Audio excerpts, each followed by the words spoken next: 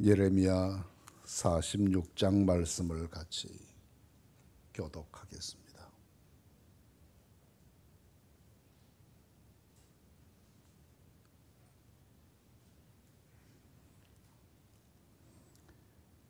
이방 나라들에 대하여 선지자 예레미야에게 임한 여호와의 말씀이라.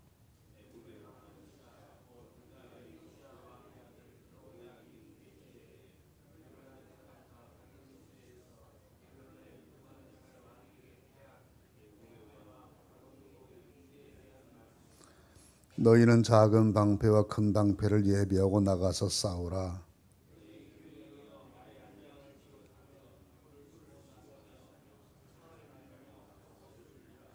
여호와의 말씀이니라.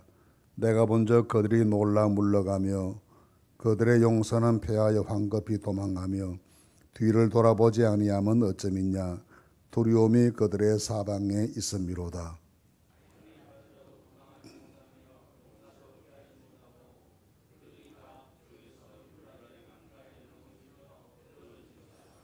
강의 물이 출렁임 같고 나일강이 부르남 같은 자가 누구냐.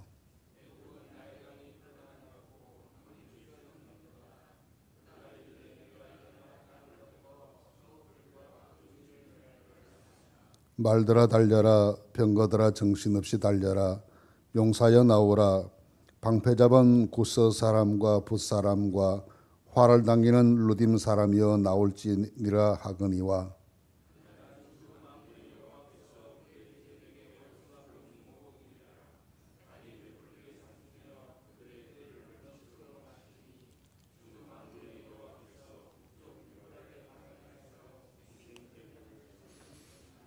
처녀딸 애굽이여 길르앗으로 올라가서 유양을 취하라.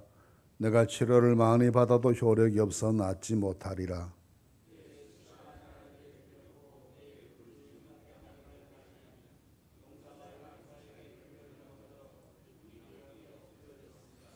바벨론의 느부갓네살 왕이 와서 애굽 땅을 칠 일에 대하여 선지자 예레미야에게 이르신 여호와의 말씀이라.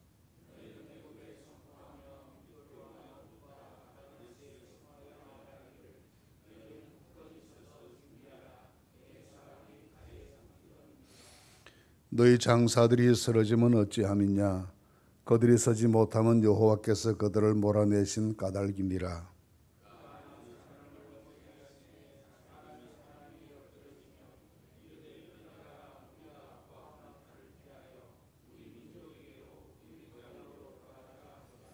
그들이 그곳에서 부르짖기를 애굽의 바로 왕이 망하였도다. 그가 기회를 놓쳤도다.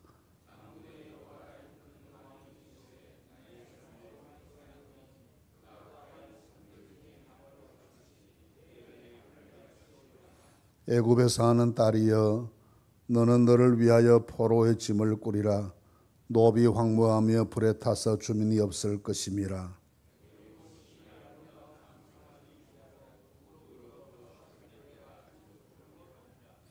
또 그 중에 고용권은 살찐 수송아지 같아서 돌이 켬게 도망하고 서지 못하였나니 재난의 날이 이르렀고 벌 받는 때가 왔음이라.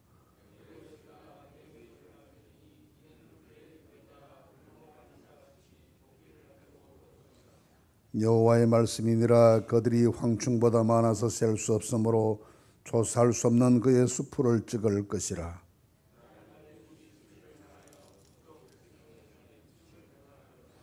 만군의 여호와 이스라엘 하나님께서 말씀하시니라. 보라, 내가 노예 아몬과 바로와 애굽 신들과 왕들 곧 바로와 및 그를 의지하는 자들을 벌할 것이라.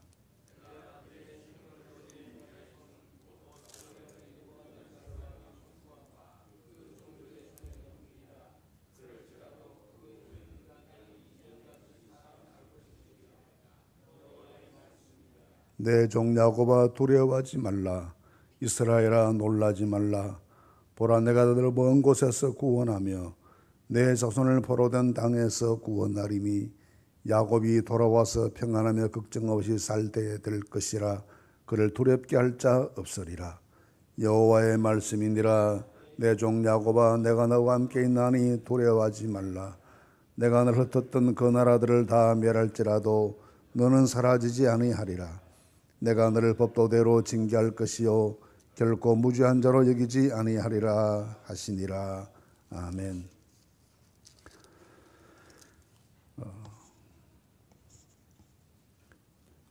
지금까지 예레미야 선지자가 바빌론에게 점령당한 이스라엘 민족의 미래에 대해서 말씀하시고 또 그 난을 피해서 애굽으로 피난 갔던 사람들이 앞으로 어떻게 될 것인가 하는 것에 대해서 말씀하셨는데, 이 46장부터 51장까지는 이스라엘 주변의 여러 나라들에 대한 하나님의 심판의 말씀이 기록되어 있습니다. 46장을 읽은 말씀은 애굽에 대한 말씀이고 47장에는 보시면 블레셋에 대한 말씀이 있고, 이렇게 주변 여러 나라들의 미래에 대해서 하나님께서 어떻게 다스리실 것인지를 기록해 놓은 내용이 46장에서 51장까지 이어지고 있습니다. 기본적으로 이 말씀은 하나님께서 가나안 땅에 있는 이스라엘 민족만 상대하고 다스리신 하나님이 아니시고 온 세계 모든 역사를 주관하시는 온 우주의 하나님이시다 하는 사실을 전제하고 이 말씀을 하는 것입니다. 이스라엘 사람들의 신앙 가운데 가장 큰 약점이 바로 하나님을 자기들의 민족 신으로만 생각하려 하는 그런 경향이었습니다. 성경은 처음부터 하나님께서 천지를 창조하셨다 말씀하시고 세계 모든 민족들의 아버지가 하나님이시다는 것을 말씀하지만, 후에 갈수록 이스라엘은 자꾸 생각이 좁아져서 이 땅 안에 계시는 하나님, 우리와 함께 계시는 하나님, 그것만 생각하게 되는 그런 축소된 신관을 가지게 됩니다. 그런데 이런 그들이 나라가 망하고 사방으로 분산되고 이렇게 하면서 세계의 눈을 돌리게 되었고, 이 좁은 땅을 넘어서 큰 세계가 있다는 것을 실감하게 되고, 그 넓은 온 세계의 모든 역사도 하나님께서 다스리시는 역사이다 라는 점을 강조해서 가르치는 것이 당시 선지자였던 예레미야의 가르침이었습니다. 오늘 여기 말씀에서 애굽에 대해서 말씀하시고 블레셋에 대해서 말씀하시고 또 다른 나라들에 대해서 계속 이어서 말씀하시는데, 그것은 그 나라를 하나님이 축복하신다 혹은 징계하신다는 차원을 넘어서서 기본적으로 하나님께서 만국의 모든 역사를 다스리시는 온 우주의 하나님이시다. 세상 모든 나라 역사가 다 주의 다스리심 속에 있다는 것을 기본적으로 가르쳐주는 말씀입니다.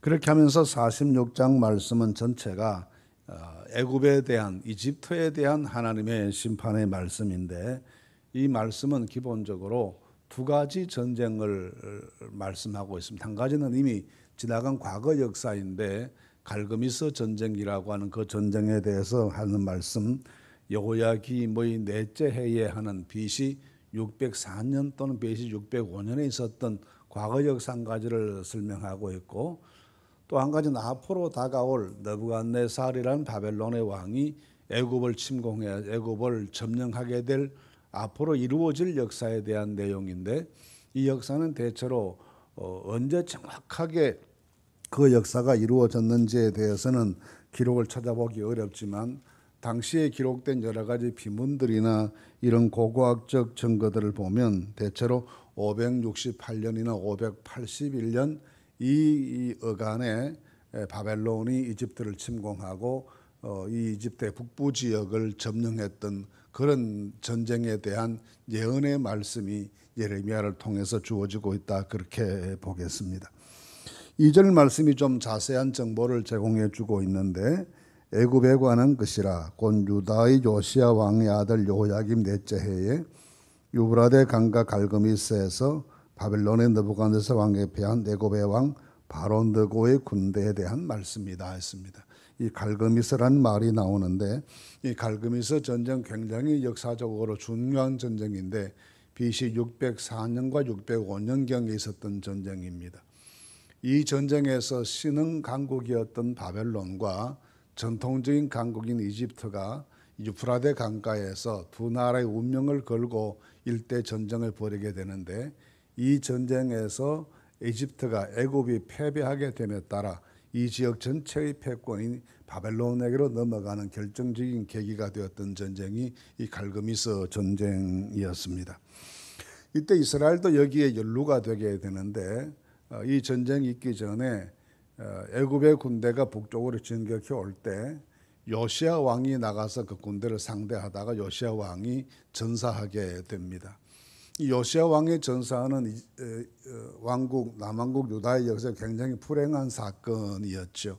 왜냐하면 오랫동안 나라가 어려움을 당하다가 요시야 왕이 등장하면서 신앙개혁 운동을 하고 우상들을 타파하고 이런 강력한 신앙혁명, 신앙개혁 이런 운동을 전개하며 가까스로 나라가 바르게 정립되어가던 그런 시기였는데 이집트와의 전쟁에서 왕이 전사하게 됩니다. 그 아들 여호아스를 왕으로 세웠는데 이집트 사람들이 강제로 그를 폐위시켜버리고 자기들이 사용하기에 만만하다고 생각했던 여호아스의 아들 여호야김을 왕으로 세워서 친 이집트 정부를 만들어 두게 됩니다. 이 상황에서 갈그미스 전쟁이 생기게 되는데 이 전쟁에서 또 바벨론에게 이집트가 패배하게 되는 그런 역사가 이어지게 됩니다.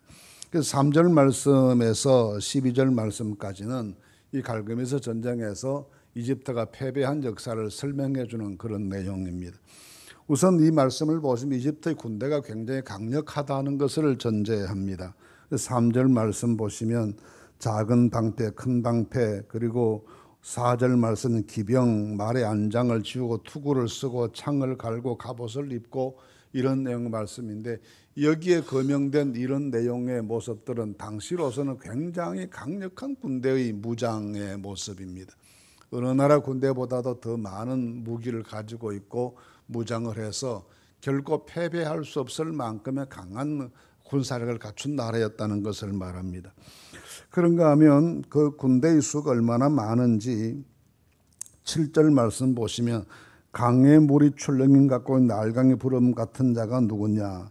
애굽의 날강이 불었는 같고 강물이 출렁임 같도다. 이 말은 애굽의 군대가 진격해 오는데 그것이 마치 강물이 밀려오는 것처럼 그렇게 강력하게 굉장히 많은 군대가 진격해 왔다는 것을 의미합니다. 그뿐만 아니라 9절 말씀에 보시면 말들아 달려라 병거들아 정신없이 달려라 용사여 나오라 방패 잡은 구스 사람과 붓 사람과 활을 당하는 루딤 사람이여 나올지니라 했습니다. 단순히 애굽 한 나라의 군대가 아니고 애굽을 중심으로 있었던 인근 지역의 연합군이 세력을 형성해서 연합군을 만들어서 이 북쪽으로 진격해 왔음을 보여줍니다. 여기 나오는 구스는 에티오피아를 말하고 붓은 같은 이집트와 같은 함족 출신인데 주로 이 홍해 인근에 있었던 그런 해변 민족을 말하는 것이고 루딤은 지금의 리비아를 말하는 것입니다. 그러니까 이 북아프리카 지역에 있었던 여러 나라들이 이집트를 중심으로 동맹을 맺고 북쪽으로 올라와서 바벨론과 대전을 하게 되는 이런 양상의 전쟁이 갈그미스 전쟁이었는데 이 전쟁에서 결국 이집트가 패배한다는 것입니다. 그 패배하는 것을 해석하기를 10절 말씀에 그날은 주 만군의 여호와께서 그의 대적에게 원수 갚으시는 보복의 날이다 했습니다. 하나님께서 이집트를 패배하게 하셨다라는 해석입니다. 왜 하나님께서 같은 바벨론도 이방 사람이고 이집트도 이방 사람의 터인데 하나님께서 왜 그렇게 하시는가에 대해서 하나님께서 이집트에 대해서 보복하셨다는 겁니다. 그 보복의 내용이 과거 역사에서 이 이집트가 요시야 왕을 전사시키고 유다 왕국을 초토화시키고 자기들의 마음에 들지 않는다고 하고 남의 나라 왕을 폐위시키고 자기들 마음에 드는 왕을 세워서 자기들의 유리한 정부를 만들고 했던 이런 하나님 나라 백성들의 역사에 부당하게 개입하고 혼란을 주었던 역사에 대해서 하나님께서 그 민족을 심판하셔서 이집트가 바벨론에게 패배했다 이렇게 해석을 하고 있습니다. 그리고 13절 말씀 이하에서는 두 번째 전쟁에 대한 말씀입니다. 이 두 번째 전쟁은 첫 번째 갈그미스 전쟁은 북쪽에 있었던 유프라데 강가 지금의 이라크에 해당하는 그 지역에서 벌어졌던 전쟁에서 바벨론이 승리했다는 것을 말하는 역사인가 하면 지금 13절에서부터 말하는 이 말씀은 직접 바벨론의 느부갓네살 왕이 군대를 몰고 이집트로 내려와서 이집트 북부 지역을 점령하게 되는 그 역사를 설명해 주는 말씀입니다. 그래서 바벨론의 느부갓네살 왕이 와서 애굽 땅을 칠 일에 대하여 선지자 예레미야에게 이르신 여호와의 말씀이니라 했습니다. 칠 일이라고 했으나 아직 이루어진 일은 아닙니다. 아직은 미래 사건인데 예레미야가 바벨론의 느부갓네살 왕이 군대를 끌고 와서 이제 이 이집트를 점령하게 될 것이다 라는 것을 예언으로 말씀하는 내용이 13절 이하의 말씀인데, 대체로 이것이 이루어진 역사를 혹 어떤 사람은 BC 581년 예레미야가 이 이집트로 내려간 지 몇 년 되지 않아서 이 일이 이루어졌다, 한 4, 5년 뒤에 이루어졌다, 그렇게 보기도 하는데, 그것은 유대 역사가 요세푸스라는 사람의 역사 기록에 이 시기에 바벨론이 이집트를 점령했다라는 기록이 있기 때문에 그렇게 보는 것이고, 또 다른 한편의 역사는 BC 568년경이었다라고 보면 상당히 예레미야가 이집트로 내려간 것보다는 훨씬 더 뒤에 한 14, 15년쯤 뒤에 이루어진 역사라고 보는 해석이 있습니다. 이것은 바벨론의 비문에 느부갓네살 왕의 치적을 기록하면서 이집트에 내려가서 전쟁에 승리하고 이집트 사람 포로로 잡아오는 그런 내용이 그림과 글로 기록되어 있기 때문에 연대를 그래 조금 늦게 보기도 합니다. 어느 것이 더 정확한지는 우리가 지금으로는 알 수가 없는데 아마도 비문의 기록이 더 정확한 기록이 아니겠는가라는 것이 대체적인 의견입니다. 이 전쟁에 대해서 14절 말씀 이하에서 쭉 설명하면서 몇 가지 전쟁의 양상을 설명합니다. 애굽의 바로 왕이 기회를 놓쳤다. 이 전쟁에 승리할 수 있는 기회를 놓쳤다. 시기가 이미 바벨론의 느부갓네살에게 역사의 기울이 넘어갔다. 그런 말씀을 하기도 하고, 그리고